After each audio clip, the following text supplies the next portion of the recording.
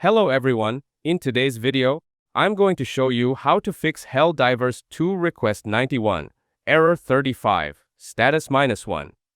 To fix the issue, start by clicking on the search bar located on your taskbar and typing Device Manager. When it appears, click on it to open the window that displays several options. Next, expand the Display Adapters section, right-click on Intel R, HD Graphics 530.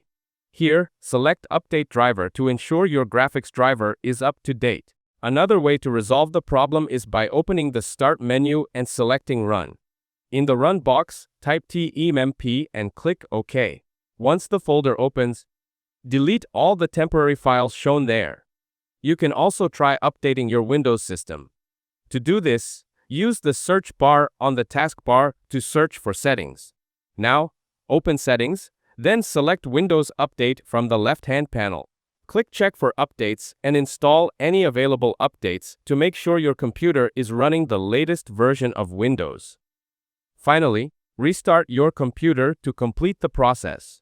To restart, open the search bar on the taskbar, click the power button, and select Restart.